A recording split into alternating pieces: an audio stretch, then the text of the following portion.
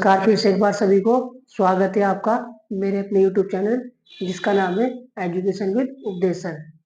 तो स्टूडेंट्स, मेरे पास एक बहुत ही पर्टिकुलर डिमांड आई थी 11th क्लास के मैथ स्टार्ट करने की स्टूडेंट्स की।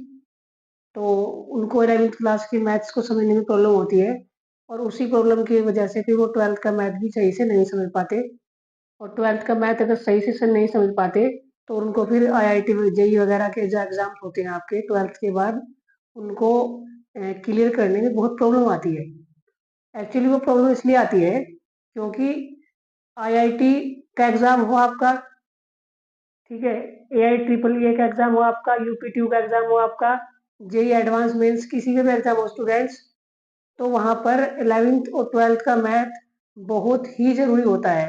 उसी का एडवांस वर्जन वो लोग इनके एग्जाम में देते हैं, जैसे IIT का हुआ, AIEEE हुआ, UPTU हुआ, इस जितने भी एग्जाम होते हैं 11th और 12th का जो मैथ्स होता है उसी का एडवांस वर्जन वो वहाँ पर डालते हैं। अगर स्टूडेंट्स 11th और 12th का मैथ्स आपका अच्छे से हो जाए तो आपको बहुत ही बेनिफिट मिलता है उन एग्जाम्स को क्रैक करने में। तो चलिए स्टूडेंट्स इसी बात को ध्यान में रखते हुए स्टार्ट करते हैं अपनी जर्नी को, और स्टार्ट करते हैं 11th क्लास के फर्स्ट चैप्टर से जिसका नाम है सेट। तो चलिए students let's start the chapter. तो देखिए स्टूडेंट्स, क्लास 11th का चैप्टर फर्स्ट जिसका नाम है आपका सेट। क्या नाम है? सेट। तो स्टूडेंट्स सबसे पहले देखिए इसके ऑब्जेक्टिव्स। क्या देखिए स्टूडेंट्स इसके ऑब्जेक्टिव्स? क्या ऑब्जेक्टिव्स है इसके? After studying this chapter you will able to, आपको इस चैप्टर को पढ़ने के बाद, इस चैप्टर की स्टडी करने के बाद स्टूडेंट्स आप किस योग्य हो जाएंगे, आपके अंदर किस तरह की क्वालिटी आ जाएगी, किस तरह की योग्यता आ जाएगी, किस तरह की एबिलिटी आ जाएगी, वो कुछ पॉइंट्स मैंने यहाँ पर लिखे हुए हैं, ठीक है। तो देखिए पहला पॉइंट्स क्या है define set and represent the same in different forms.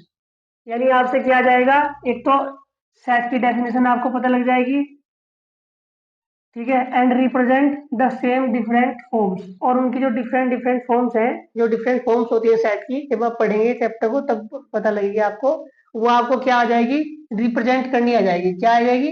Represent करनी आ जाएगी, ठीक है।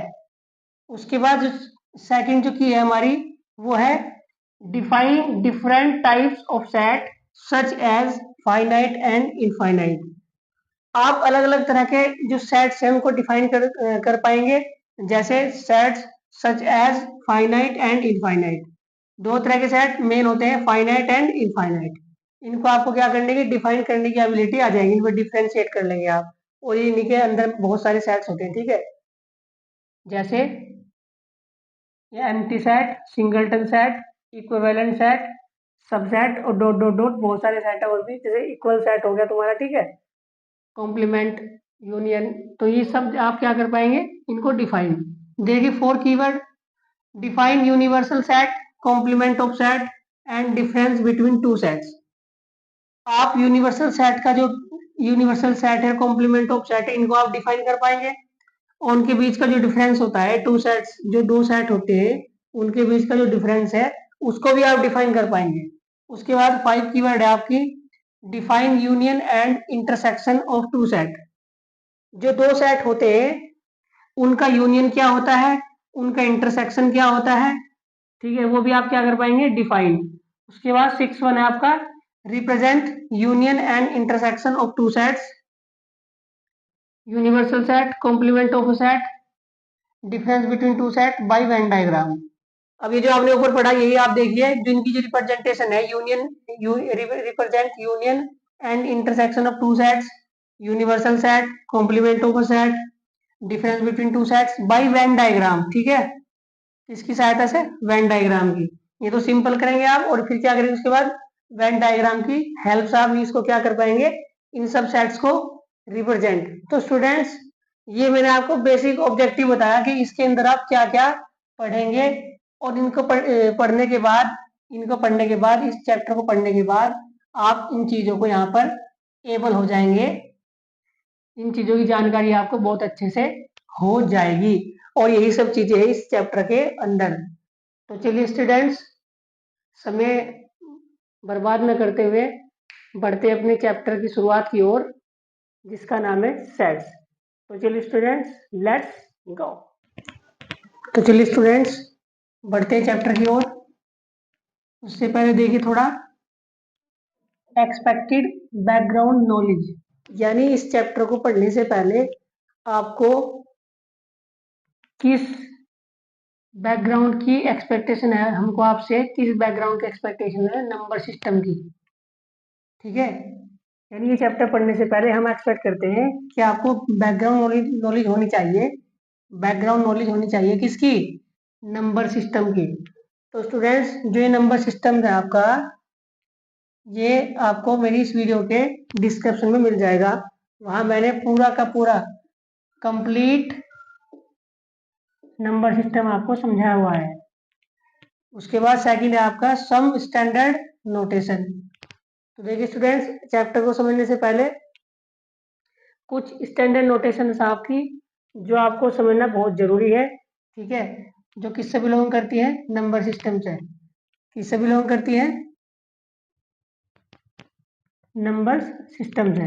देखिए, जो आपका कैपिटल एन है, ये कैपिटल एन, ये आपको क्या दिखाएगा? The set of natural number. ये क्या दिखाएगा? नेचुरल नंबर का एक सेट। ठीक है, उसके बाद ये जो डब्ल्यू है आपका कैपिटल, ये दिखाएगा the set of whole number. The set of whole number. Z दिखाएगा आपको the set of integers. Z plus दिखाएगा आपको the set of positive integers. ठीक है, यहाँ पे एक जेड माइनस भी ले लीजिए आप, वो दिखाएगा the set of negative integers. The set of negative integers. और ये है द सेट ऑफ इंटीजर्स, इसमें पॉजिटिव भी है एंड नेगेटिव भी है। ठीक है, क्यू दिखाएगा आपको the set of rational numbers. I दिखाएगा आपको the set of irrational numbers. R दिखाएगा आपको the set of real numbers. और कैपिटल सी दिखाएगा the set of complex number. ये कॉम्प्लेक्स नंबर आप नेक्स्ट जो आगे चैप्टर आएगा उनमें से एक चैप्टर है कॉम्प्लेक्स नंबर, वहां पढ़ेंगे आप इसको। ठीक है, तो इसके बाद ये देखिए other frequently used symbol are, जो अलग से जो सिंबल आपकी कुछ उनका भी यूज होगा इसके अंदर चैप्टर के। ये देखिए आप, ये सिंबल आपका, इस सिंबल का नाम होगा बिलोंग्स टू। ठीक है, बिलोंग्स का मतलब संबंध रखता है। ठीक है, डज नॉट बिलोंग टू, ये डज नॉट बिलोंग टू संबंध नहीं रखता है। ठीक है, ये देखिए उल्टा ई देख रहे हैं आप, ये वाला देयर एग्जिस्ट, यानी कोई चीज जब कोई सेट्स में कोई जो भी एलिमेंट्स होगा वो एग्जिस्ट करता है नहीं करता, उसके लिए आएगा कि एग्जिस्ट, देयर एग्जिस्ट। और ये जब इस पे ऐसे लग जाएगा, ठीक है, तो ये हो जाएगा देयर डज नॉट एग्जिस्ट, ये एग्जिस्ट नहीं करेगा। तो स्टूडेंट्स, इसकी जानकारी बहुत जरूरी है। अब ये natural number, whole number, integer, positive integer, negative integer, rational number, irrational number, real number, ये सब सारे के सारे ऊपर जो है रियल नंबर्स हैं आपके। ठीक है, सारे के सारे रियल नंबर है। कॉम्प्लेक्स नंबर को छोड़कर सारे नंबर क्या होते हैं? Real number. तो इनकी सबकी आपको जो डिटेल जानकारी है वो आपको मेरी यहाँ पर जो लिंक डिस्क्रिप्शन में लिंक है ये नंबर सिस्टम का, यहाँ जाइए और इसको पहले देखिए, उसके बाद ये चैप्टर देखेंगे तो आपको बेनिफिट होगा। तो चलिए स्टूडेंट्स, बढ़ते हैं अपने चैप्टर की ओर और स्टार्ट करते हैं सेट की डेफिनेशन से। तो चलिए स्टूडेंट्स, करते हैं चैप्टर की शुरुआत। देखिए, शुरुआत होती है सेट की डेफिनेशन से।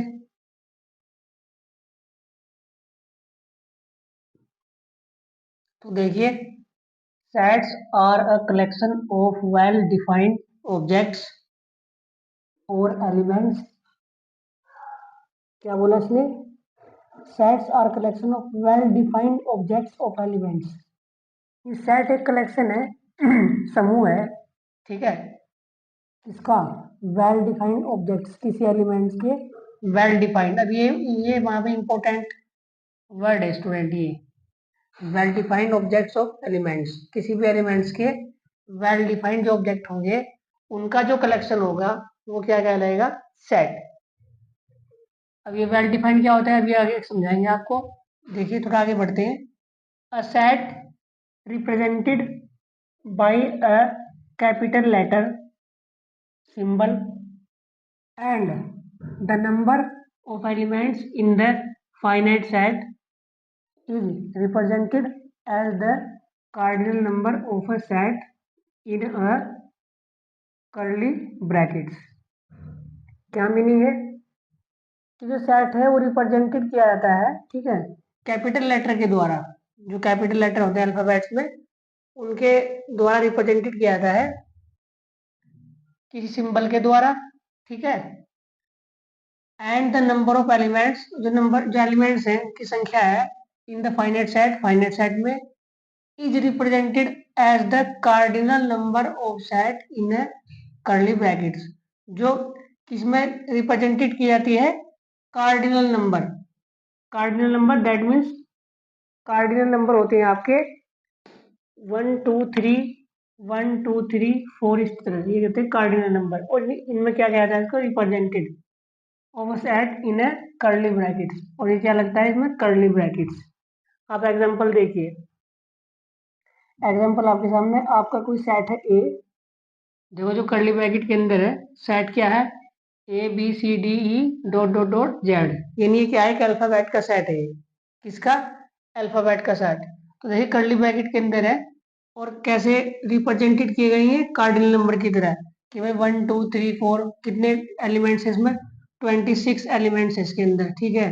तो ये 26 क्या हुआ, एक कार्डिनल नंबर, क्या हुआ, एक कार्डिनल नंबर। तो एक कार्डिनल नंबर की तरह क्या करते हैं, रिप्रेजेंटेड किए जाते हैं।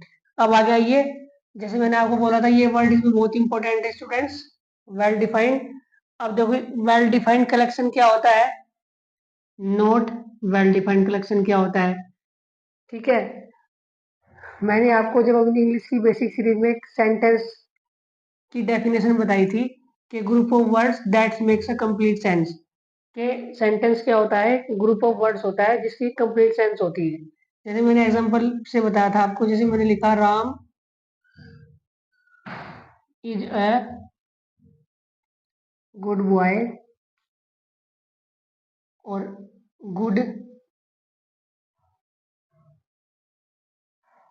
Boy Ram is. अब देखिए ग्रुप ऑफ वर्ड्स दोनों में है, 1 2 3 4 5 वर्ड्स हैं ग्रुप में, ठीक है।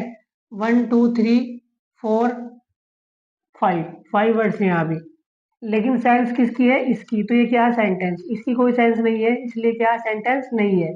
तो जैसे यहाँ सेंस की बात हो रही है, ठीक है, यहाँ पे किसकी बात हो रही है, वेल डिफाइंड की। ये ग्रुप ऑफ वर्ड्स है, ये क्या है, कलेक्शन है यहाँ पे, ये क्या है यहाँ पे, कलेक्शन। तो कलेक्शन तो यहाँ पे भी है, यहाँ पे भी है कलेक्शन स्टूडेंट्स। लेकिन यहाँ पर जैसे सेंस था कि भाई सेंस होनी चाहिए, कि सेंस हो देंगी तो सेंटेंस होगा वो। सिमिलरली वो कलेक्शन क्या होना चाहिए, वेल डिफाइंड। क्या होना चाहिए, वेल डिफाइंड।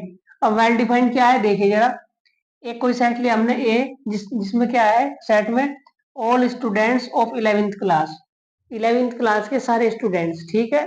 ये एक वेल डिफाइंड कलेक्शन है, क्यों, क्योंकि हम काउंट कर सकते हैं कि क्लास 11th में कितने स्टूडेंट्स हैं आराम से, तो बता सकते हैं। अब जो मान लीजिए कोई क्लास 11th में है किसी स्कूल की, और मैंने कहा कि क्लास 11th में 45 स्टूडेंट्स हैं, ठीक है, 45 स्टूडेंट्स हैं, जिनमें क्या है 30 तो बॉयज है और 15 क्या है, गर्ल्स है। तो आप अगर किसी से भी पूछेंगे उसी स्कूल के अंदर, ठीक है, या किसी बाहर किसी पब्लिक से, किसी गार्जियन से, या किसी अदर पीपल से आप पूछेंगे वहां पे कि बताइए इस स्कूल के अंदर 11th क्लास में तुम्हारे कितने स्टूडेंट्स हैं, तो वो सब बताएंगे 45, 30 बॉयज 15 गर्ल्स, तो टोटल स्टूडेंट कितने हैं, 45। तो ये 45 एक वेल डिफाइंड कलेक्शन हुआ स्टूडेंट्स, क्योंकि सब इसका सब एक ही जवाब देंगे, ठीक है। क्या जवाब देंगे कि 45 स्टूडेंट्स हैं उस क्लास के अंदर। तो ये जब सबका एक जवाब आएगा तो फिर क्या हुआ, वेल डिफाइंड कलेक्शन, ठीक है।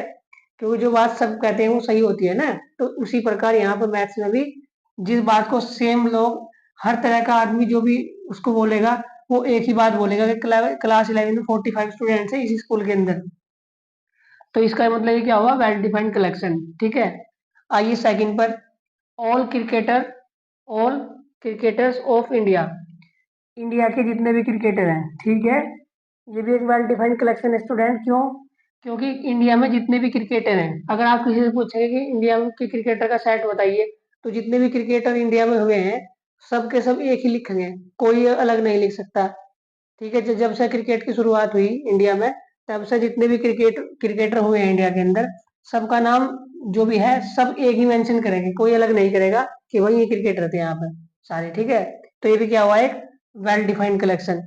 क्या हुआ, ये एक वेल डिफाइंड कलेक्शन। अब आइए यहाँ पर, सी एक्ट्रेस ऑफ इंडिया, इंडिया की एक्ट्रेस, ये भी वेल डिफाइंड कलेक्शन है। जब से आपकी बॉलीवुड की शुरुआत हुई है, तब से जितनी भी महिलाओं ने वहां पर काम किया है एज एक्टर के रूप में, ठीक है, वो उनको क्या बोलते हैं महिलाओं को, एक्ट्रेस। इंडिया में जितनी भी एक्ट्रेस हुई हैं, आप किसी से भी पूछ लेना, सब एक ही सेट बताएंगे कि ये है सारी इंडिया की एक्ट्रेस। तो ये भी क्या हुआ आपका, वेल डिफाइंड कलेक्शन। ये भी क्या हुआ, सेट।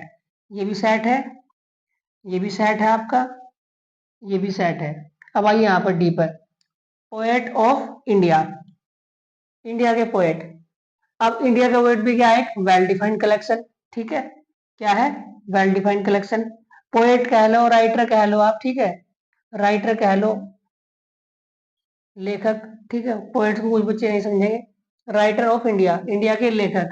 ठीक है, कि जितने भी राइटर हैं इंडिया के, उनका सेट। तो जितने भी राइटर हैं, ठीक है, वो यहाँ पर आ जाएंगे और सब सेम ही लिखेंगे उनको। तो ये भी क्या है, एक वेल डिफाइंड कलेक्शन, और ये भी क्या है, एक सेट। ठीक है स्टूडेंट्स, अब आइए यहाँ पर नोट वेल डिफाइंड पर। नोट वेल डिफाइंड कलेक्शन क्या है, as equal to intelligent student of 11th class. अब देखिए ये है कि intelligent student of 11th class. अब यहाँ पे वर्ड है इंटेलिजेंट, यहाँ क्या आता है, सारे बच्चे क्लास 11th के, लेकिन यहाँ पे क्या है, इंटेलिजेंट। अब स्टूडेंट आप ये बात देखिए कि क्लास 11th था आपकी, ठीक है, मान लीजिए इसमें स्टूडेंट है अभिनव, ठीक है, आदित्य, ठीक है, अवनी, अभिनव, आदित्य, अवनी, ठीक है, विश्वनाथ, मान लीजिए स्टूडेंट्स हैं, और बहुत सारे स्टूडेंट्स हैं। ठीक है, तो अब intelligent student of 11th class, 11th class के जो इंटेलिजेंट स्टूडेंट्स होंगे, वो सबके पॉइंट ऑफ व्यू से अलग अलग होंगे स्टूडेंट्स, सब एक बात नहीं बोलेंगे। मान लीजिए मैं हूं, मैंने बोला कि अभिनव इंटेलिजेंट है, ठीक है, आदित्य इंटेलिजेंट है, अवनी इंटेलिजेंट है, ठीक है, तो मेरे अकॉर्डिंग इंटेलिजेंट कौन हुआ, आदित्य, अभिनव, आदित्य, अवनी। ठीक है, लेकिन कोई और बताएगा, किसी और से पूछेंगे आप, तो हो सकता है विश्वनाथ को बताएं इंटेलिजेंट, या और कोई, रमन, सोनम, अंकुश, अंकुर, ये जितने भी नाम मान लीजिए। ठीक है, तो किसी के अकॉर्डिंग ये हो सकता है इंटेलिजेंट, किसी के अकॉर्डिंग ये हो सकता है, किसी के अकॉर्डिंग ये दो हो सकते हैं, ये वाले दोनों। ठीक है, ये दोनों हो सकते हैं, किसी के अकॉर्डिंग ये दोनों हो सकते हैं, किसी के अकॉर्डिंग ये दोनों हो सकते हैं। यानी सबका जो वहां पर पॉइंट ऑफ व्यू है स्टूडेंट्स, वो अलग अलग होगा, किसी का पॉइंट ऑफ व्यू नहीं मिलेगा। अगर सबका पॉइंट ऑफ व्यू अलग अलग होगा, तो ये एक वेल डिफाइंड कलेक्शन नहीं है। और अगर ये वेल डिफाइंड कलेक्शन नहीं है, तो ये सेट भी नहीं है, ये सेट भी नहीं है। अब आइए आगे, favourite cricketer of India, favourite cricketer of India, India के फेवरेट क्रिकेटर। ठीक है, अब देखिए, जो फेवरेट क्रिकेटर है वो भी सबके पॉइंट ऑफ व्यू से अलग अलग होंगे। ठीक है, मान लीजिए किसी का फेवरेट सचिन है, ठीक है, किसी को फेवरेट सचिन लगता है, ठीक है, रोहित शर्मा लगता है, लेकिन किसी को फेवरेट को विराट कोहली लगता है, धोनी लगता है। ठीक है, तो अलग अलग लोगों के अलग अलग फेवरेट के कैटेगरीशन है। ठीक है, तो अलग अलग लोगों ने अलग अलग क्रिकेटर को अपना कैटेगराइज किया हुआ है कि ये मेरा फेवरेट है, ये मेरा फेवरेट है। तो यहाँ पे स्टूडेंट सबकी सेम थिंग नहीं है, और अगर सेम थिंग नहीं है फेवरेट की, तो ये भी क्या है, सेट नहीं है, ये भी एक सेट नहीं है। अब आइए यहाँ पे, C, C is equal to beautiful actress of India. अब देखिए इंडिया की क्या है, ब्यूटीफुल एक्ट्रेस। अब वो क्या था, एक्ट्रेस ऑफ इंडिया, तो उसमें सबकी सेम थिंग थी, लेकिन यहाँ सेम थिंग नहीं है। किसी के लिए सुंदर ऐश्वर्या राय हो सकती है, किसी के लिए सुंदर कैटरीना कैफ हो सकती है, ठीक है, किसी के लिए सुंदर जूही चावला हो सकती है, किसी के लिए सुंदर माधुरी दीक्षित हो सकती है। तो ये अलग अलग सुंदरता के अलग अलग मानक है। ठीक है, अलग अलग कैटेगरीज है सुंदरता की, ठीक है, ब्यूटीफुल की होने की। तो ये सबकी सेम थिंग नहीं है, और अगर सबकी सेम थिंग नहीं है, तो ये भी सेट नहीं है, ठीक है। अब आइए यहाँ पर डी पर, फेवरेट पोएट ऑफ इंडिया, मैंने वहां राइटर लिखा था, यहाँ भी राइटर लिखता हूँ मैं, ठीक है। Writer, favourite writer of India, India के फेवरेट राइटर। अगर फेवरेट राइटर की बात करें तो मान लीजिए किसी को मुंशी प्रेमचंद पसंद है, किसी को रामधारी सिंह दिनकर पसंद है, किसी को कोई पसंद है, किसी को कोई पसंद है। तो इसका भी कैटेगराइजेशन नहीं कर सकते आप, ये भी सेम थिंग नहीं है लोगों की, ठीक है। किसी के लिए कोई फेवरेट है, किसी के लिए कोई फेवरेट है, किसी का राइटर कोई फेवरेट है, किसी का राइटर कोई फेवरेट है। तो अगर ये सेम थिंग नहीं है किसी सबकी, तो ये भी एक सेट नहीं है। तो आप स्टूडेंट्स, आई होप कि आपको वेल डिफाइंड कलेक्शन और नॉट वेल डिफाइंड कलेक्शन पता लग गया होगा। इसलिए सेट की डेफिनेशन है, set are a collection of well defined object of और एलिमेंट्स। यानी जो सेट है वो कलेक्शन है किसका, वेल डिफाइंड ऑब्जेक्ट या फिर एलिमेंट्स का। ये था इसका मीनिंग पूरे का। तो आई होप कि आपको सेट की डेफिनेशन स्टूडेंट समझ आई होगी, उम्मीद करता हूं मैं। तो अब चलते हैं सेट की रिप्रेजेंटेशन की ओर, कि सेट की रिप्रेजेंटेशन कैसे होती है, कैसे सेट को रिप्रेजेंट किया जाता है। तो चलिए लेट्स गो। तो चलिए स्टूडेंट्स, बढ़ते हैं सेट की रिप्रेजेंटेशन की ओर। तो हेडिंग है रिप्रेजेंटेशन ऑफ अ सेट।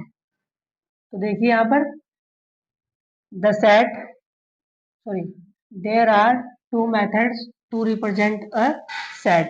यानी यहाँ पर क्या है, दो मेथड है, दो तरीके हैं रिप्रेजेंट करने के सेट को। पहला क्या तरीका स्टूडेंट, फर्स्ट रोस्टर मेथड, इसको टेबुलर फॉर्म भी बोलते हैं, ठीक है। रोस्टर मेथड या रोस्टर फॉर्म, इसको टेबुलर फॉर्म भी बोलते हैं। और सेट बिल्डर फॉर्म दूसरा मेथड है, क्या, सेट बिल्डर फॉर्म। अब ये होते क्या है, ठीक है। तो आप देखिए क्या होते हैं। पहला देखिए आप, roster form. In this method a set is represented by listing all its elements, separating them by commas and enclosing them in curly brackets। देखिए इन दिस मेथड, इस तरीके में, अ सेट, कोई सेट इज रिप्रेजेंटेड, रिप्रेजेंट किया जाता है by listing all its elements. यानी इसके जो एलिमेंट्स हैं उनको लिस्ट करके, लिस्ट की तरह लिखा जाता है, लिस्ट की तरह, जैसे 1 2 3 4 ABCD इस तरह से लिखा जाता है, ठीक है। लिस्टिंग टेबल की तरह लिखा था, टेबल टेबल है ना, two two two two one जा टू, टू टू जा फोर, टू थ्री जा सिक्स, टू फोर जा एट, टू फाइव जा 10, टू सिक्स जा 12, टू सेवन जा 14, टू एट जा 16, टू नाइन जा 18, टू टेन जा 20।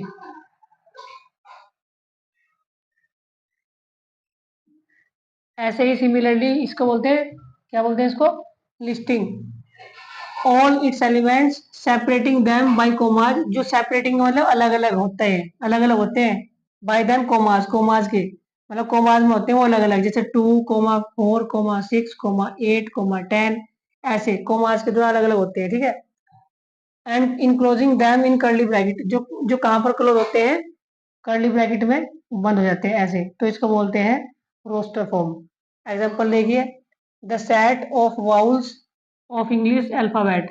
इंग्लिश अल्फाबेट में जो वाउल होते हैं, ठीक है, जो वाउल्स होते हैं उनका क्या, सेट। तो इंग्लिश अल्फाबेट में आपके 5 वाउल होते हैं, ठीक है, ठीक है स्टूडेंट्स। कौन से, A E I O U, ये होते हैं 5 वाउल्स, ठीक है। तो देखो AEIOU, तो ये क्या है, देखो कर्ली ब्रैकेट के अंदर क्या हो गए, बंद हो गए। और देखो सेपरेटिंग अलग अलग है, कोमास के द्वारा, कोमास के थ्रू क्या है, कोमा लगा हुआ, देखो अलग अलग हो गए, ठीक है। तो ये क्या होगा तुम्हारा रोस्टर फॉर्म। सेकंड पाइए एग्जांपल पे, the set of all natural number less than 7। Set किसका, नेचुरल नंबर का, जो किससे कम है, 7 से, लेस देन 7 से कम। तो देखिए बी सेट 1 2 3 4 5 6 7, अब कर्ली ब्रैकेट में क्या हो गए, बंद, कोमा बीच में लगा हुआ है, ठीक है। तो ये क्या हुआ, एक रोस्टर फॉर्म सेट की। अब एक नोट देखिए स्टूडेंट, इंपॉर्टेंट नोट है ये। In roster form all elements are taken as distinct. अब ये जो वर्ड है तुम्हारा डिस्टिंक्ट, ठीक है, इसका मतलब है अलग अलग, ठीक है। जैसे मान लीजिए अलग अलग का मतलब, मैंने लिखा MATHE, मैथमेटिक्स लिख दिया मैंने, मैथमेटिक्स। देखो इसमें M आ गया, A आ गया, T आ गया, H आ गया, E आ गया। अब देखो M दोबारा है यहाँ पे, अलग अलग होंगे, M दोबारा नहीं होगा अब, ठीक है। A आ गया, देखो वहां पर नहीं आएगा। टी यहाँ पर आ चुका, नहीं आएगा। आई नहीं आया, ये अलग है, ये भी अलग है, ये भी अलग है। तो अलग अलग एलिमेंट्स आएंगे इसमें, ठीक है। एक एलिमेंट नहीं रिपीट होगा कभी भी। डिस्टिंक्ट का मतलब है रिपीट ना होना। तो देखिए आप एग्जाम्पल लिया मैंने, मैथ वाला एग्जाम्पल लिया मैंने, A B the set of letter use in the word mathematics. यानी हमने एक सेट लिया ए, जिसमें क्या हुआ, लेटर यूज हुए, किसके, किस वर्ल्ड के, मैथमेटिक्स वर्ल्ड के क्या हुए, लेटर यूज। तो देखिए METHEICS। अब देखो आप METHE तक तो सेम है यहाँ पर, लेकिन एम इसलिए लिया हमने दोबारा क्योंकि हम ले नहीं सकते, डिस्टिंक्ट है नहीं, लेने ना इसके अंदर हमें रिपीट नहीं करना। ए देखो आ चुका आपका, पहले आ चुका, ये नहीं लेंगे। टी आपका आ चुका, देखो यहाँ पे ये रहा टी, तो ये भी नहीं लेंगे। आई है नहीं, तो ये ले लेंगे, देखो हमने ये ले लिया। सी आया नहीं दोबारा, ये ले लिया। एस भी दोबारा नहीं आया, ये ले लिया। तो हम क्या करेंगे, रिपीट नहीं करेंगे एलिमेंट्स को। तो एलिमेंट्स क्या रहेंगे रोस्टर फॉर्म में, डिस्टिंक्ट एलिमेंट रहेंगे, ठीक है। तो स्टूडेंट ये थी आपकी क्या, एक रोस्टर फॉर्म। अब चलिए बढ़ते हैं हम आगे सेट बिल्डर फॉर्म की ओर। तो लेट्स गो। तो चलिए स्टूडेंट्स देखते हैं रिप्रेजेंटेशन ऑफ सेट में सेकंड मेथड, जिसको बोलते हैं सेट बिल्डर फॉर्म। क्या बोलते हैं, सेट बिल्डर फॉर्म। क्या होती है, in this form elements of the set are not listed but these are represented by some common property। क्या मीनिंग हुआ कि इस फॉर्म में elements of the set, set के जो एलिमेंट्स हैं, आर नॉट लिस्टेड, लिस्टेड नहीं होते। लिस्टेड का मतलब ऐसे लिखे नहीं होते, ABC ऐसे कर्ली ब्रैकेट के अंदर, ये लिस्टेड नहीं होते ऐसे, ठीक है। बट लेकिन these are represented by some common property, लेकिन ये किसी कॉमन प्रॉपर्टी के थ्रू क्या किए जाते हैं, रिप्रेजेंटेड। क्या कहते हैं, रिप्रेजेंटेड। क्या किए जाते हैं, रिप्रेजेंटेड। किसके द्वारा, किसी कॉमन प्रॉपर्टी के द्वारा। अब वो कॉमन प्रॉपर्टी किस तरह की होती है, किस तरह की होती है, देखिए चलते हैं, सीखते हैं। आप एग्जाम्पल फर्स्ट देखिए, आप एग्जाम्पल फर्स्ट देखिए आप, let A be the set of vowel of English alphabet, then A can be written in the set builder form as। नहीं, हमने एक एग्जांपल लिया, कोई ए सेट है आपका, किसका, इंग्लिश के अल्फाबेट के वोवेल्स का। जो इंग्लिश के अल्फाबेट होते हैं उनके वोवेल्स का क्या है, एक सेट, जिसका नाम है ए कैपिटल। तो A can be written in the set builder form. A को लिखा जा सकता है सेट बिल्डर फॉर्म में किस तरह, देखिए A is equal to X, इसको पढ़ा जाता है सच दैट, ये लिखा हुआ such that X, such that x is an vowel vowel of English alphabet. यानी X such that x is an vowel of English alphabet, यानी एक्स सच दैट, एक एक्स एक ऐसा एलिमेंट है जो क्या है, एक वाउल, किसका, इंग्लिश अल्फाबेट का। अब इंग्लिश अल्फाबेट का वाउल क्या होंगे, ये होंगे आपके A E I O U। तो इन्हीं को लिखा दो, इन्हीं को एक कॉमन प्रॉपर्टी लिख दिया कि x that x is an vowel of English alphabet, कि एक्स एक ऐसा एलिमेंट है जो क्या है, इंग्लिश के अल्फाबेट, जो क्या है, इंग्लिश के अल्फाबेट, ठीक है। अब बी देखिए, let B be the set of natural number less than 7। कोई सेट बी है हमारे पास, इस तरह का है कि जो बी है, जिसके एलिमेंट्स है वो क्या है, नेचुरल नंबर लेस देन 7, 7 से कम नेचुरल नंबर। तो हमने इसको लिखा b is equal to x such that x belongs to n, यानी x एक ऐसा एलिमेंट है जो n से बिलोंग करता है, n का मतलब natural number, and x less than 7, और जो क्या है 7 से कम है, किससे कम है, 7 से। तो इसकी रोस्टर फॉर्म में हो जाएगी स्टूडेंट, देखो 1 2 3 4 5 6 और 6 बस, क्योंकि 7 से तो कम है ना। तो ये भी देखो, ये रोस्टर फॉर्म हुई वाली, और ये हुई इसकी रोस्टर फॉर्म, इसकी रोस्टर फॉर्म ये रही, इसकी रोस्टर फॉर्म ये रही। तो ये डिफरेंस है स्टूडेंट रोस्टर फॉर्म और सेट बिल्डर फॉर्म में। रोस्टर फॉर्म ऐसे लिखा था लिस्टेड करके, टेबल की तरह, और रोस्टर फॉर्म किसी कॉमन प्रॉपर्टी के द्वारा दिखाता है। देखिए कौन कॉमन प्रॉपर्टी है, ये भी क्या है, कॉमन प्रॉपर्टी है। तो अभी चलते हैं आप कुछ कंपेयर करते हैं, आप कुछ कंपेयर करेंगे हम किसकी, रोस्टर फॉर्म की और सेट बिल्डर फॉर्म की। कुछ एग्जांपल्स आप और समझिएगा जिससे आपकी रोस्टर फॉर्म और सेट बिल्डर फॉर्म बिल्कुल पूरी तरह से क्लियर हो जाएगी। तो चलिए चलते हैं इनकी कुछ कंपैरिजन की ओर। तो देखिए स्टूडेंट्स, हमने यहाँ पर 4 पॉइंट्स लिखे, roster form versus set builder form. इससे आपको शायद क्लियर हो जाएगा, ठीक है। देखिए आप, मैंने एक सेट लिखा a इज इक्वल टू -3 -2 -1 0 1 2 3। ये तो इसकी रोस्टर फॉर्म, ये हमने इंटीजर लिख दिए। -3 -2 -1 0 1 2 3 1 2 3 4 5 6 7 7 इंटीजर इसमें, जिसमें 3 नेगेटिव इंटीजर है, एक न्यूट्रल इंटीजर है और 3 पॉजिटिव इंटीजर है। तो इसको देखिए सेट बिल्डर फॉर्म में कैसे लिखा जाता है। a is equal to x such that x belong to z। मैंने बताया आपको पिछली थोड़ी देर पहले कि जेड का सिंबल क्या होता है, इंटीजर्स का, कि एक्स बिलोंग किससे करता है, इंटीजर से। एक एक्स एक ऐसा एलिमेंट है जो किससे बिलोंग करता है, इंटीजर से। And -3 less than equal x less than equal 3। आप देखिए इसका मतलब है कि जो ऐसा इंटीजर है वो, कि जो एक्स की वैल्यू है वो -3 से बड़ी है, -3 के बराबर है, और 3 से छोटी है या फिर 3 के बराबर है। तो आप देखिए -3 के बराबर है, -3 है, और -3 से बड़ी है तो -2 -1 सभी से बड़े हैं, 0 भी आ गया। अब यहाँ देखिए 3 है, 3 से छोटी है, 3 के बराबर या 3 से छोटी है। अब देखिए 3 के बराबर तो यार 3 इसमें, और 3 से छोटी है, तो 3 से छोटी का मतलब ये 2 1। अब 3 से बड़ी तो हो नहीं सकती एक्स की वैल्यू, ठीक है। तो ये देखिए आप, ये हुआ आपकी क्या, सेट बिल्डर फॉर्म। अब नेक्स्ट आइए, बी सेट है आपका 2 4 6 8 10, यानी ये क्या है, सारे इवन नंबर। तो देखिए कैसे लिखा, x is that x belongs to even number and x छोटा है 12 से। तो देखिए 2 4 6 8 10, अब 12 से तो छोटा ही है, अब 12 से छोटा है तो 12 से छोटे कितने नेचुरल वो इवन नंबर होते हैं, 2 से स्टार्ट होते हैं 10 तक होते हैं। तो ये देखो, ये रोस्टर फॉर्म थी और ये सेट बिल्डर फॉर्म है। अब आइए यहाँ पर 1 4 9 16 25।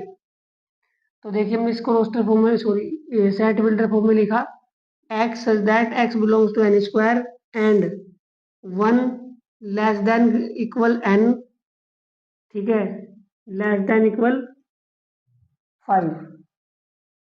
इसका क्या मतलब है कि जो x बिलोंग करता है वो n स्क्वायर से करता है, किसी नेचुरल नंबर के स्क्वायर से बिलोंग करता है, जहां पर 1 छोटा होगा n से या फिर 1 के बराबर होगा, और n छोटा होगा 5 से या फिर 5 के बराबर होगा।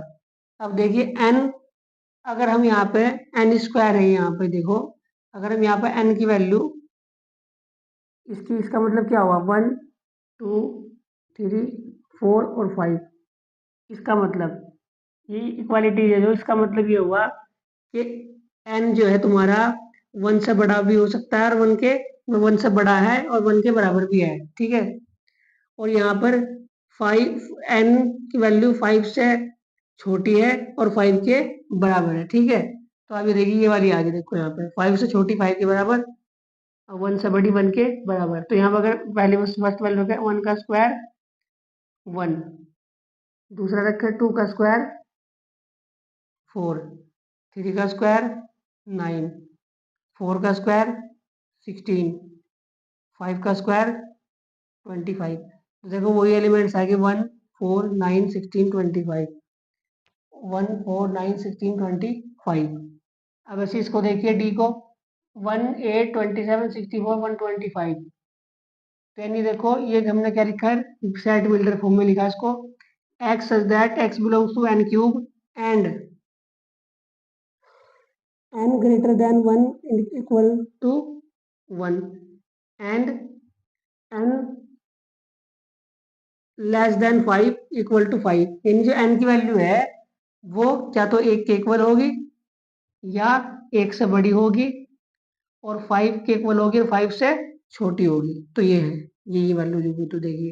तो अब अगर आप क्यूब की बात करें यहाँ पर n क्यूब की बात, तो 1 का क्यूब 1, 2 का क्यूब 8, 3 का क्यूब 27, 4 का क्यूब 64, 5 का क्यूब 125, ये रखने के बाद तो देखो 1 8 27 64 125, 1 8 27 64 125।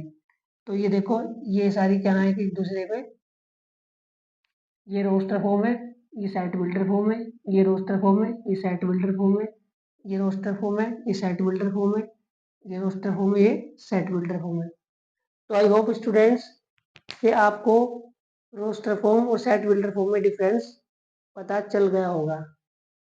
तो चलिए चलते हैं हम अपनी 11th क्लास के चैप्टर 1 सेट की फर्स्ट एक्सरसाइज 1.1 की ओर। तो चलिए लेट्स स्टार्ट द 1.1। तो चलिए स्टूडेंट्स बढ़ते हैं अपने चैप्टर सेट के 1.1 की ओर।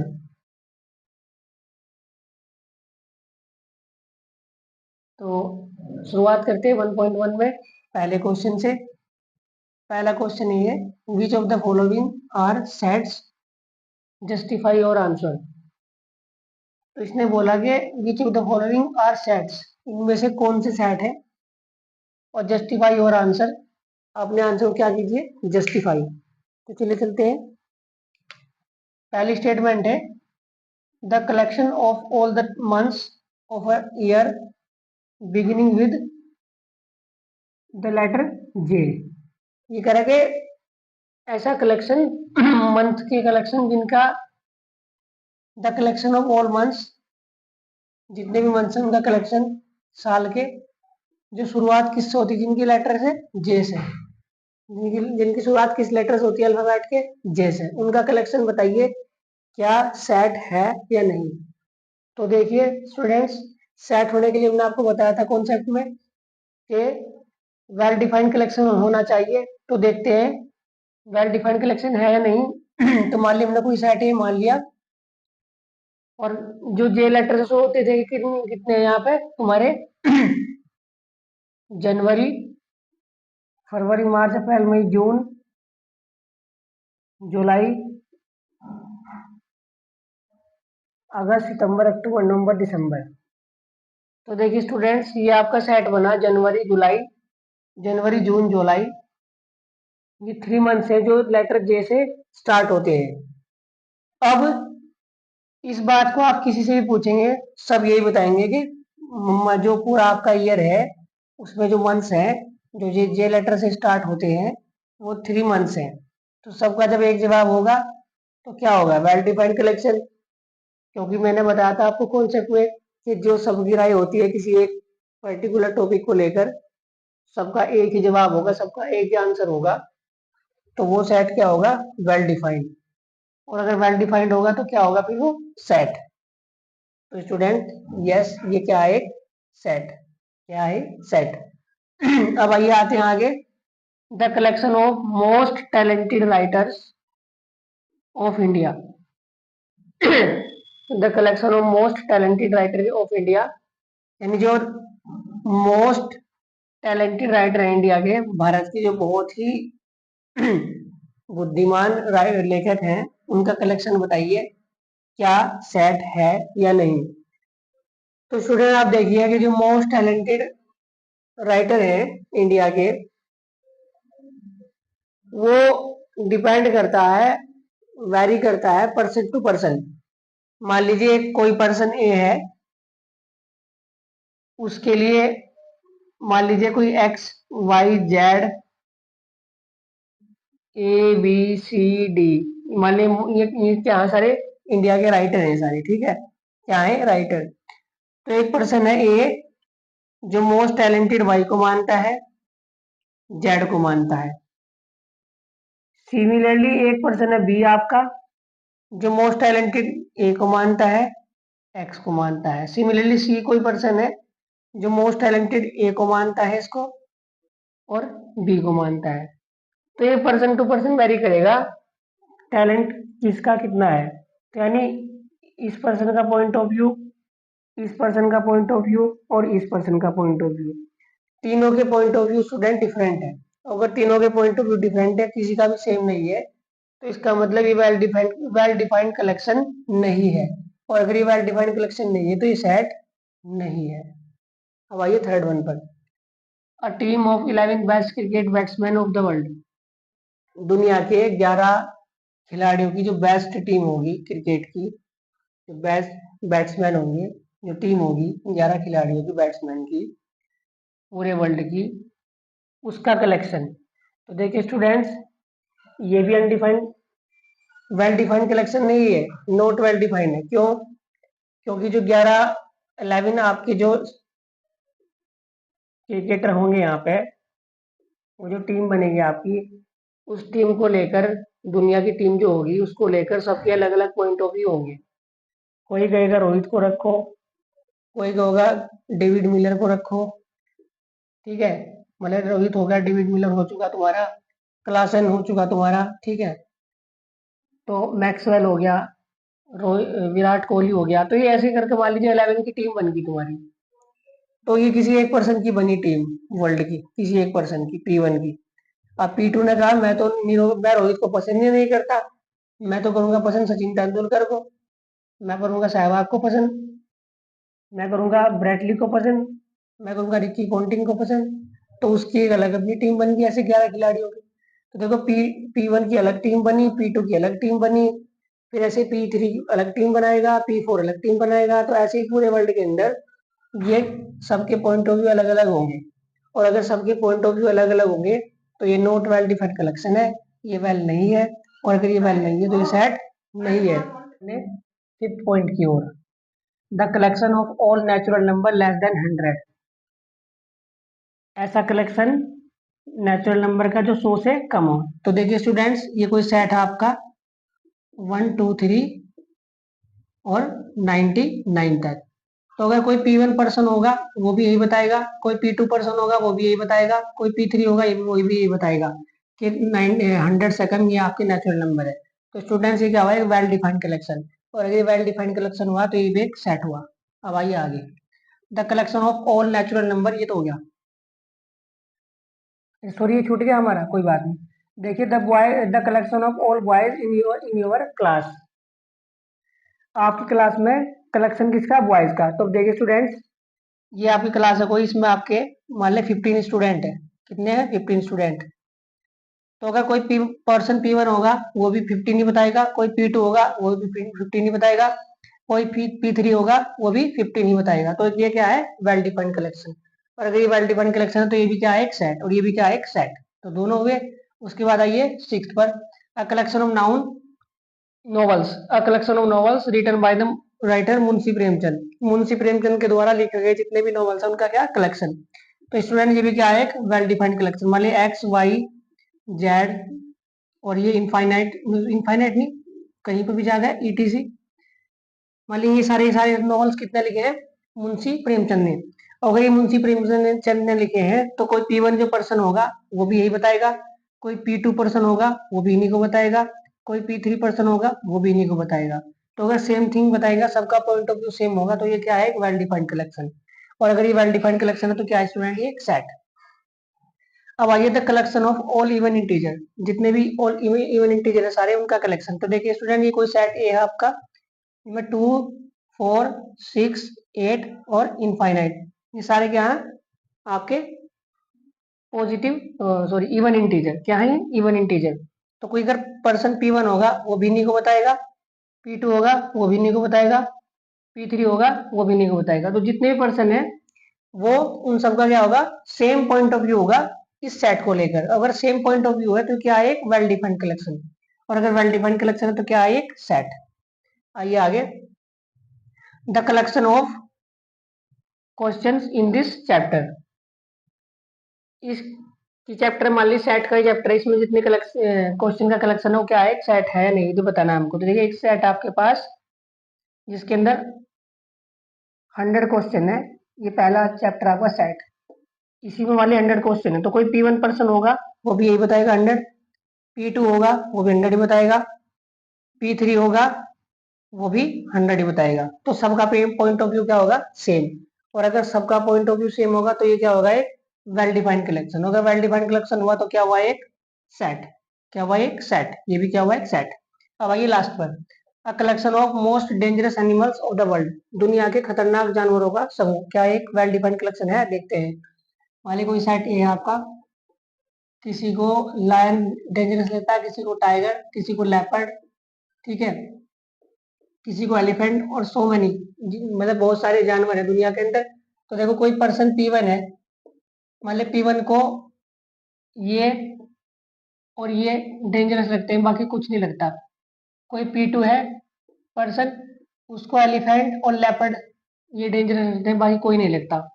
कोई पर्सन P3 है, उसको लायन और एलिफेंट क्या लगता है, डेंजरस लगता है। तो स्टूडेंट देखिए, पर्सन टू पर्सन अलग अलग पॉइंट ऑफ व्यू है सबके डेंजरस एनिमल्स को लेकर, तो ये एक वेल डिफाइंड कलेक्शन नहीं है। और अगर ये वेल डिफाइंड कलेक्शन नहीं है तो ये एक सेट भी नहीं है, तो ये सेट नहीं है। तो आई होप स्टूडेंट्स एक्सरसाइज 1.1 का पहला क्वेश्चन आपका क्लियर हो गया होगा। तो चलिए बढ़ते हैं अपने नेक्स्ट क्वेश्चन की ओर। चलिए स्टूडेंट्स बढ़ते हैं नेक्स्ट क्वेश्चन की ओर। Question number second, let A is equal to set 1 2 3 4 5 6, insert the appropriate symbol belongs and does not belong in the blank spaces। ये जो आपका स्पेस दिया हुआ है इनमें आपको फिल करना है ये सिंबल, ये या ये। तो देखिए सेट आपको दिया हुआ है ये वाला, ठीक है, इसमें आपके एलिमेंट्स है 1 2 3 4 5 6। तो अभी 5 देखिए, 5 क्या 5 इस सेट में है, यस है, ये एक एलिमेंट है सेट का, तो यहाँ क्या आएगा, बिलोंग। ठीक है, 5 बिलोंग्स करता है इस सेट से। सेकंड 8, 8 इस सेट के अंदर नहीं है, तो देखिए यहाँ पर ये अगर डज नॉट बिलोंग। थर्ड देखिए 0, 0 भी सेट के अंदर नहीं है, तो डज नॉट बिलोंग। फोर्थ 4 देखिए, 4 इस सेट के अंदर है तो ये करता है बिलोंग, ठीक है। फिफ्थ 2 इस सेट के अंदर है, ये भी करेगा बिलोंग, ठीक है। 6 सॉरी 10, 10 इस सेट के अंदर नहीं है, तो ये डज नॉट बिलोंग, ठीक है फ्रेंड्स। अब आए थर्ड पर, write the following sets in roster form. जो ये आपके सेट हैं ये आपके सेट बिल्डर फॉर्म में दिए हुए हैं, इनको आपको रोस्टर फॉर्म में कन्वर्ट करना है। तो देखिए आप, पहला सेट है a is equal to x such that x is an integer and -3 less than equal to x less than equal to 7। यानी ये x एक ऐसा इंटीजर है यहाँ पर इस सेट के अंदर जो 7 के बराबर, 7 से छोटा है, और -3 के बराबर और -3 से बड़ा है। तो देखिए आप इस सेट को कैसे लिखेंगे हम रोस्टर फॉर्म में, -3 के बराबर है तो -3, -3 के बाद -2, -2 के बाद -1, -1 के बाद 0, 0 के बाद 1 2 3 4 5 6 और 7, क्योंकि इसने कहा ना कि 7 के बराबर 7 से छोटा है, तो 7 के बराबर ये रहा। तो स्टूडेंट ये रहा इसका आंसर, ये होगी इसकी रोस्टर फॉर्म। इसको देखिए b को x such that x is a natural number less then 6, यानी x एक ऐसा नेचुरल नंबर है जो 6 से कम है, ठीक है। तो देखिए इसके सेट को यहाँ पे b इज इक्वल टू 1 2 3 4 5, ये बना आपका सेट।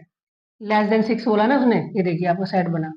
थर्ड देखिए सी सेट आपका x such that x is a 2 digit natural number, the sum of its digit is 8। यानी कह रहा है कि 2 डिजिट का एक ऐसा नेचुरल नंबर का सेट बनाना है आपको रोस्टर फॉर्म में जिसकी डिजिट का सम क्या हो, 8। तो देखिए स्टूडेंट्स ये भी सेट आपको देखिए रोस्टर फॉर्म में, पहला है 17, क्योंकि 7 और 1 को मिला के क्या होता है सम 8, 7 और 1 8। दूसरा 26, 6 और 2 8। उसके बाद 35, 5 और 3 8। उसके बाद 44, 4 4 8। उसके बाद 53, 5 और 3 8। उसके बाद 62, 6 और 2 8। उसके बाद 71, 7 और 1 8। उसके बाद 80, और 80 के बाद स्टूडेंट कोई नहीं आएगा क्योंकि 80 के बाद 81 82, 83, तो सारे जो डिजिट का समय वो 8 से बड़ा हो जाएगा, ठीक है। तो ये आपका ये सेट बना। ऐसे नेचुरल नंबर 2 डिजिट के जिनका सम क्या है डिजिट का 8। तो चलिए आगे डी पर बढ़ते हैं।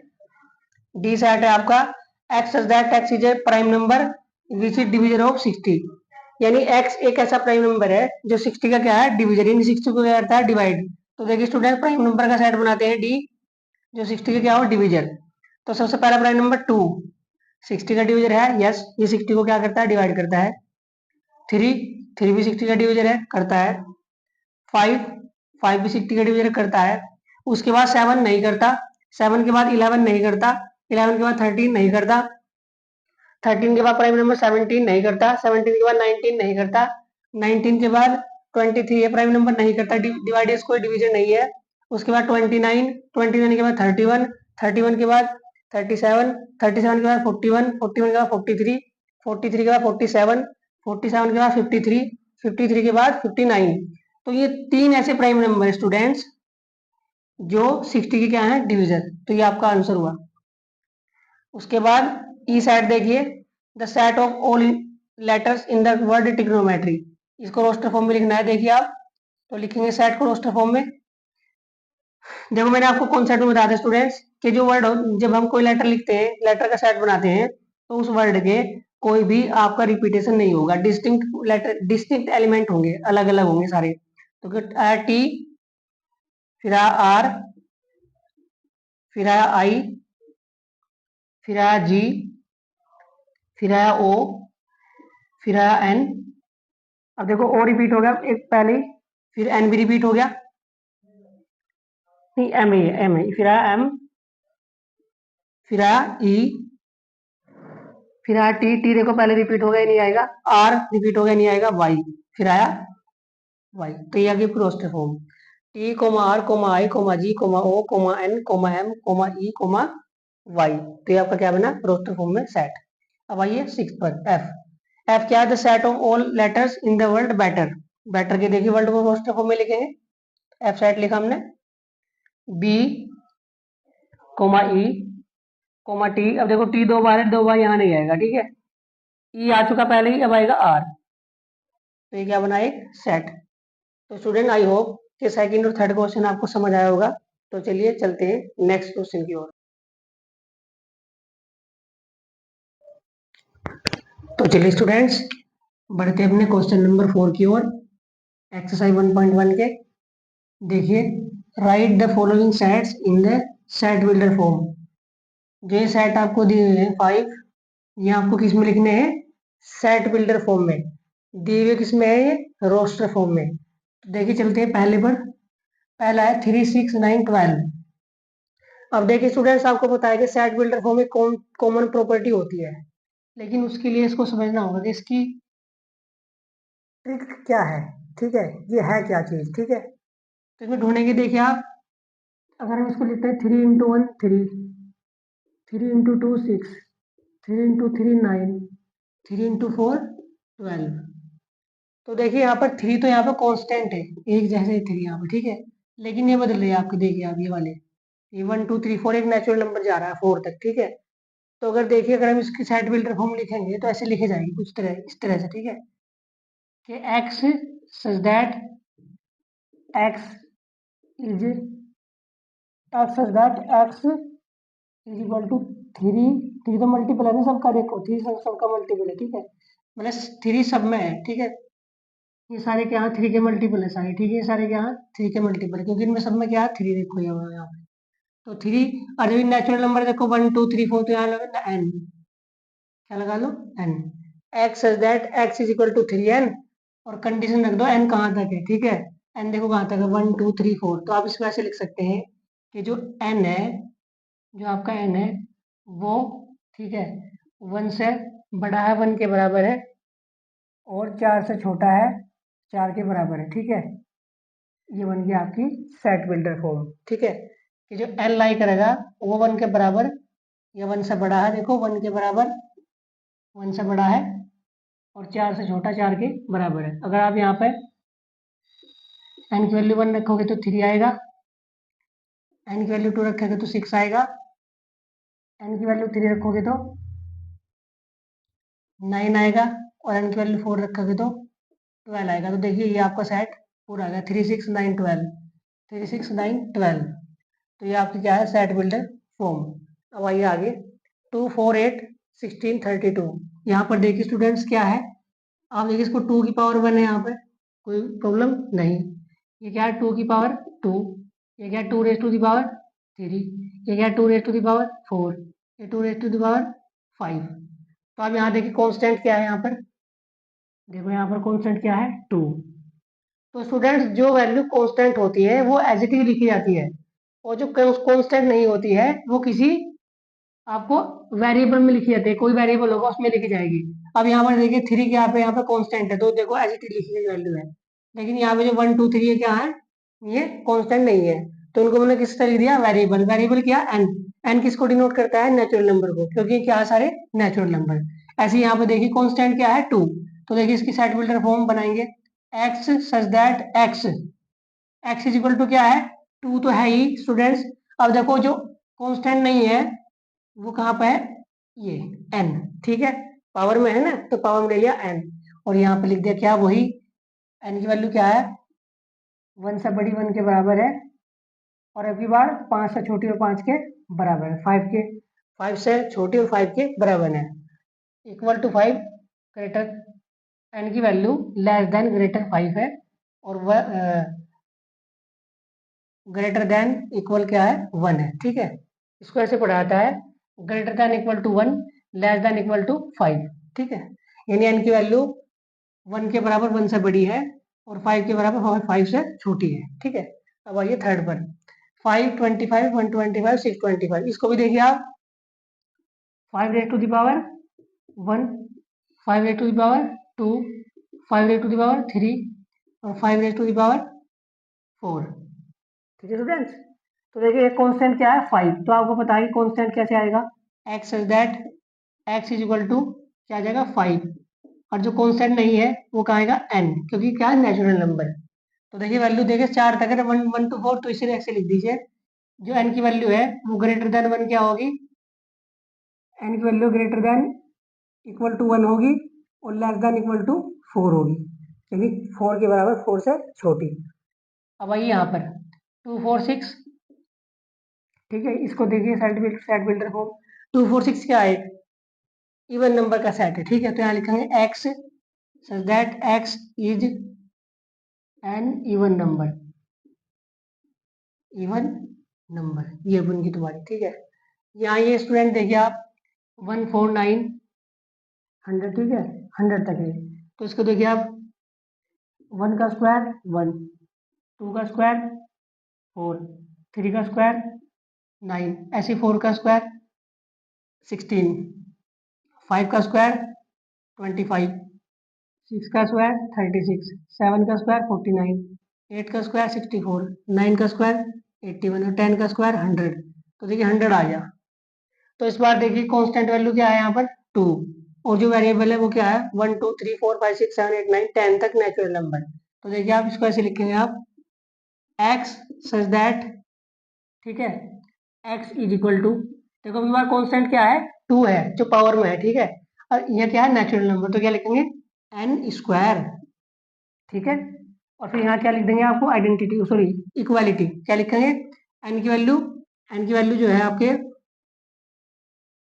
ग्रेटर देन इक्वल टू 1, देखिए आप 1 2 3 4, और लेस देन इक्वल टू 10, तो ये आपका क्या होगा फिफ्थ पार्ट। तो देखिए इसकी सेट बिल्डर फॉर्म ये रही, ये रही, ये रही, ये रही। तो चलिए स्टूडेंट्स चलते हैं क्वेश्चन नंबर 5 की ओर। List all the elements of the following sets, जो ये आपके एलिमेंट्स हैं इनको लिस्ट करना है आपको, यानी इसका मतलब रोस्टर फॉर्म है एक तरह से।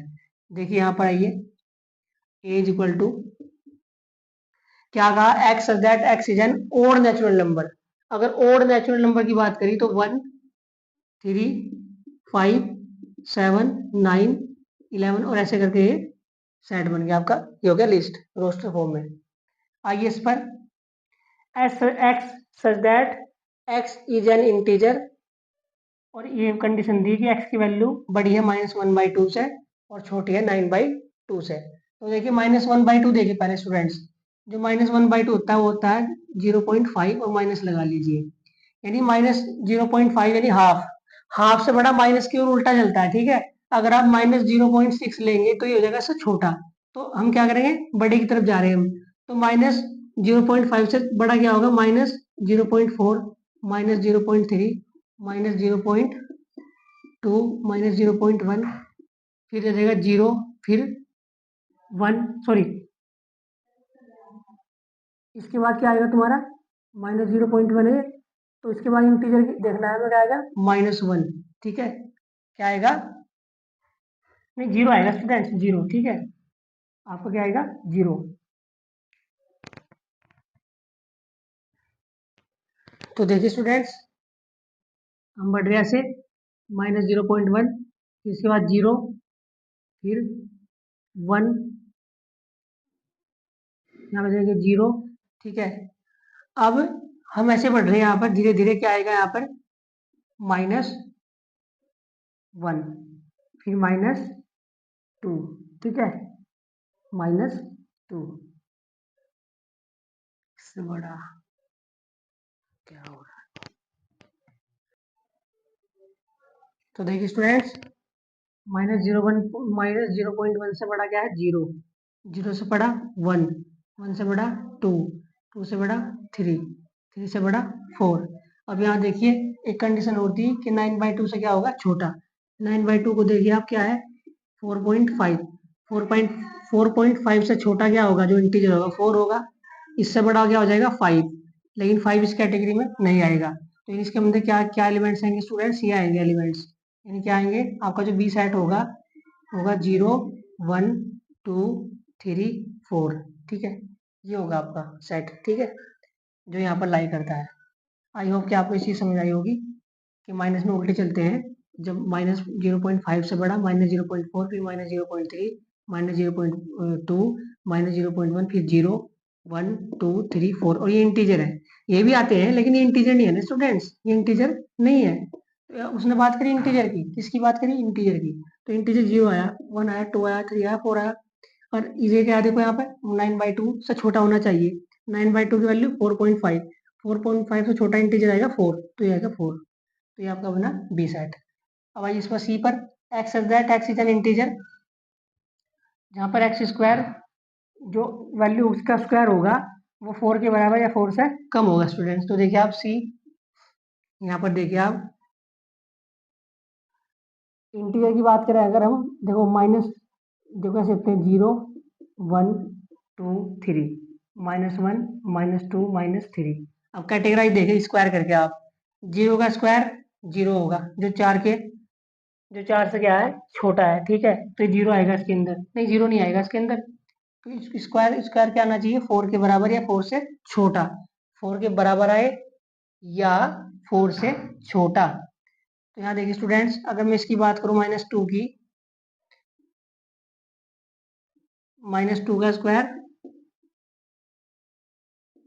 4 आएगा, -1 का स्क्वायर 1 आएगा, ठीक है, -1 का स्क्वायर 1 आएगा, फिर 0 का स्क्वायर 0 आएगा, फिर 1 का स्क्वायर 1 आएगा, 2 का स्क्वायर 2 आएगा, 3 का स्क्वायर 9 आएगा। तो देखिए स्टूडेंट्स, 4 से छोटा आना चाहिए स्क्वायर या 4 के बराबर, तो यहाँ से स्टार्ट होगा, क्योंकि -3 का स्क्वायर क्या हो जाएगा, 9, जो क्या होगा बड़ा 4 से, तो स्टार्ट यहाँ से होगा -2 से, तो -2, उसके बाद -1, फिर 0, फिर 1, फिर 2, और उसके बाद क्लोज। क्यों, इसका स्क्वायर देखिए 4, इसका स्क्वायर 1, इसका स्क्वायर 0, इसका स्क्वायर 1, इसका स्क्वायर 4। ये ऐसे इंटीजर हैं आपके जिनका स्क्वायर 4 के बराबर होगा या 4 से कम होगा। तो ये वो सारे इंटीजर हैं कि 4 के बराबर या 4 से कम। मैं आपको ऐसे दिखा देता हूँ एक बार, -2 का स्क्वायर 4, -1 का स्क्वायर 1, 0 का स्क्वायर 0, 1 का स्क्वायर 1, 2 का स्क्वायर 4। अगर आप पीछे से -3 लेंगे, इसका स्क्वायर 9 आएगा, ये आगे से लेंगे इसका स्क्वायर क्या आएगा 9। तो जो 9 है ये इस कैटेगरी से बाहर हो गया, ये 4 से बड़ा हो गया, ठीक है। तो ये आपकी क्या हुआ यहाँ पर रोस्टर फॉर्म। अब आइए इस पर, x that x is a letter in the word loyal, यानी लोयल लेटर में आपको क्या करना है, इसका रोस्टर फॉर्म दिखाना है आपको। तो L coma O coma Y coma ए, बस, क्योंकि एल आपका पहले आ चुका है यहाँ पर, देखो रिपीटेशन नहीं होती ना इसके अंदर सेट के। अब आइए यहाँ पर x that x is a month of a year not having 31 days, यानी इसका मतलब एक ऐसा सेट जिसमें 30 साल के जो महीने हैं उनमें आपका 31 दिन वाला महीना नहीं होना चाहिए, 31 डेज जिसमें आता है वो नहीं होगा, ठीक है। नॉट हैविंग, नॉट हैविंग, तो देखिए आप जनवरी 31 का होता है, नहीं आएगा। फरवरी, ठीक है, फरवरी, मार्च नहीं आएगा, फरवरी मार्च, अप्रैल, मई नहीं आएगा, जून, जुलाई नहीं आएगा, अगस्त नहीं आएगा, सितंबर, अगस्त सितंबर अक्टूबर नहीं आएगा, नवंबर, दिसंबर नहीं आएगा, ठीक है। तो ये आपके क्या है यहाँ पर ऐसे मंथ जो 31 डेज के नहीं है। अब आइए यहाँ पर 6 पर x that x is a consonant in the English alphabet which precedes K, यानी ऐसे कॉन्सोनेंट इंग्लिश के कॉन्सोनेंट होंगे वो, ठीक है, वाउल नहीं होने के उनके अंदर, जो के से क्या है छोटे हैं, के से क्या है पहले आते हैं, ठीक है। तो देखिए आपका एफ सेट, ए तो कौन उसमें आएगा, वाउल में वो नहीं आएगा, ए के बाद बी, बी के बाद सी, सी के बाद डी, डी के बाद ई लेकिन नहीं आएगा क्योंकि वाउल है, ई के बाद एफ, एफ के बाद जी, जी के बाद एच, आई नहीं आएगा क्योंकि वाउल है, और आई के बाद जे, जे तो नहीं आएगा क्योंकि प्रेसिडिंग से आएगा, नहीं जे आएगा। उसके बाद के नहीं आएगा क्योंकि के से पहले का, तो ये आपका सेट हुआ, ये क्या है जे, जे, ठीक है, तो ये आपका सेट हुआ। तो आई होप स्टूडेंट्स कि आपको क्वेश्चन नंबर 4 और क्वेश्चन नंबर 5 समझ आए होंगे। तो चलिए बढ़ते हैं आपके लास्ट और क्वेश्चन नंबर 6 की ओर।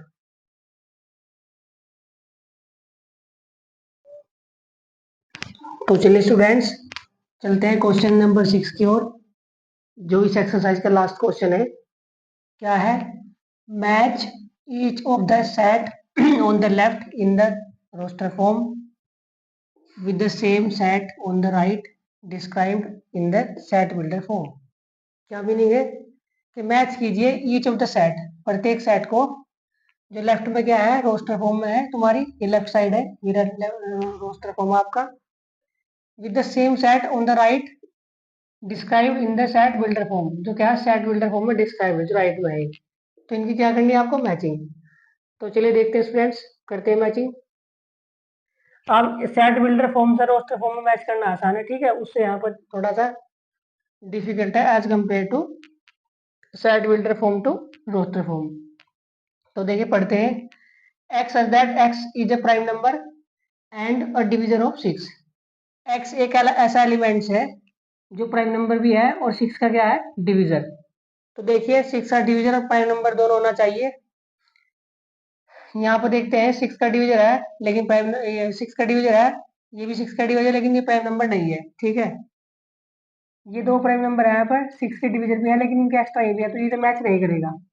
आप सेकंड पे आइए, 2 क्या है प्राइम नंबर है, 3 क्या है प्राइम नंबर है, और 6 का क्या है डिवीजर भी है, तो इसका मतलब इसका मैचिंग ये वाली है, ठीक है, सेकंड मैच करता है इसको, ठीक है।